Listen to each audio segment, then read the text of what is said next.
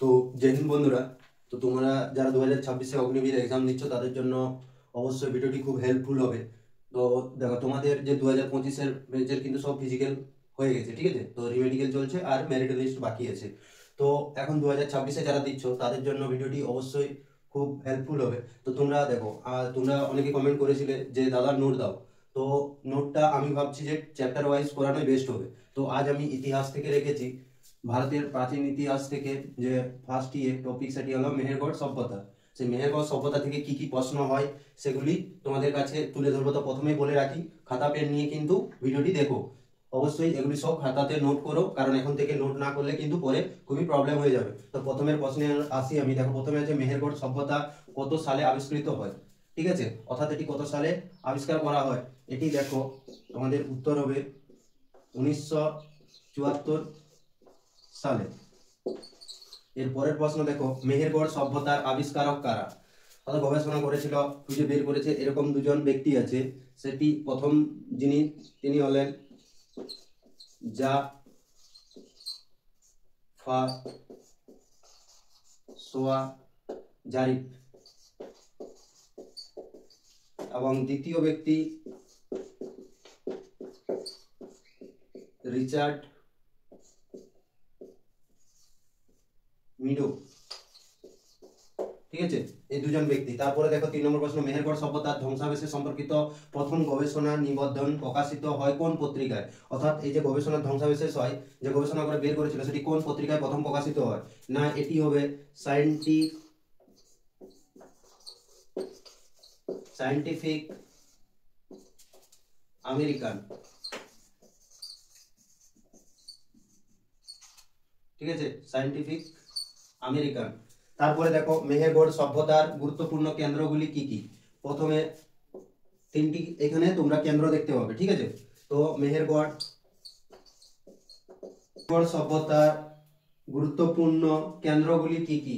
প্রথমে দেখো মেহেরগড়, তারপর কোট দিজি, তারপরে কুলেগুল মোহাম্মদ, এই 3টি কিন্তু কেন্দ্র নিয়ে গঠিত। কার্পাস বা তুলোর প্রথম শুরু হয় কোন সভ্যতায়। না, এটি মনে রাখবে, এটি ভেরি ভেরি ইম্পর্টেন্ট, ঠিক আছে, তার জন্য স্টার চিহ্ন দিয়েছি আমি, মেহেরগড় সভ্যতায়। এরপরে আসি যে 6 নম্বরে, মেহেরগড় সভ্যতা কি ধরনের সভ্যতা। তো এটি মনে রাখবে যে মেহেরগড় কি ধরনের সভ্যতা, কি কেন্দ্রিক, না গ্রাম কেন্দ্রিক, গ্রাম কেন্দ্রিক সভ্যতা, ঠিক আছে।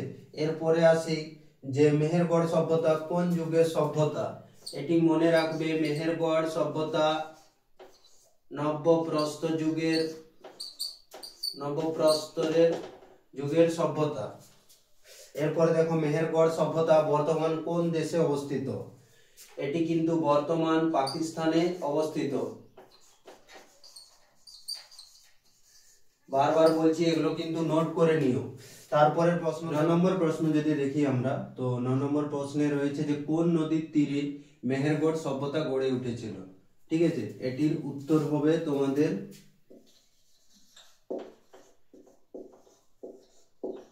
বোলান নদীর তীরে।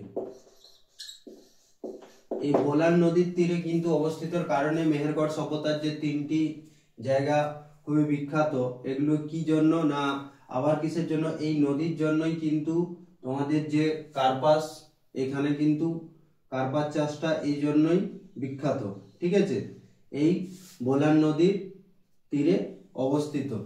মেহেরগড় সভ্যতার কয়টি স্তর পাওয়া যায়। মেহেরগড় সভ্যতায় মনে রাখবে 7টি স্তর পাওয়া যায়। তো মেহেরগড় সভ্যতায় কয়টি স্তর পাওয়া যায়, 7টি স্তর পাওয়া যায়। 11 নম্বর প্রশ্ন দেখো, মেহেরগড় সভ্যতার অন্যতম গুরুত্বপূর্ণ কেন্দ্র কি। যে 3টি আমরা কেন্দ্র পড়েছিলাম, সেখানে এখানে অন্যতম কেন্দ্র করতে পারো কিলেগুল মোহাম্মদ, ঠিক আছে।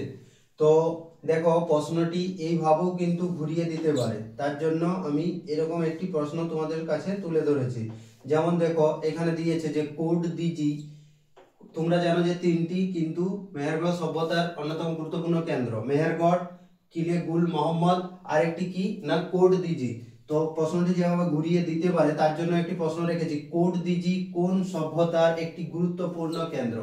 তাহলে তোমরা এখানে উত্তর কি করবে না, উত্তর হবে তোমাদের মেহেরগড় সভ্যতা।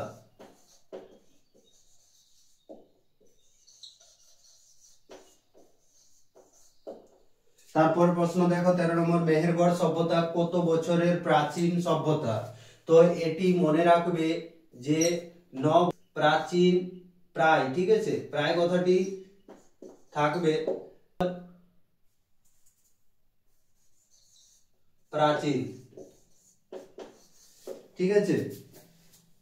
এরপরে দেখো 14 নম্বর প্রশ্ন, মেহেরগড় বাসীদের প্রধান পেশা কি ছিল।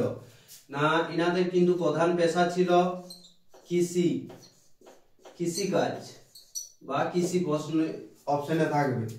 তো 15 নম্বর প্রশ্ন, মেহেরগড় সভ্যতা কোন ধাতুর ব্যবহার ছিল। তো এটা মনে রাখবে, মেহেরগড় সভ্যতাতে কিন্তু তামার ব্যবহার ছিল। তো এই ছিল মেহেরগড় সভ্যতার থেকে প্রশ্ন। এর পরের চ্যাপ্টার, এরপরে দেখবে সিন্ধু সভ্যতা, পরপর বা ঋগ বৈদিক, এরকম করে কিন্তু ইতিহাসের চ্যাপ্টার গুলো নিয়ে আসবো। তো ভিডিওটি কেমন লাগলো অবশ্যই কমেন্টে কমেন্ট করবে, তোমাদের সেই কমেন্ট দেখে কিন্তু আমি মোটিভেশন পাই। তো আর অবশ্যই বন্ধুদের সঙ্গে ক্লাসটি শেয়ার করে নিও। তো চলো নেক্সট ভিডিওতে আবার দেখা হবে।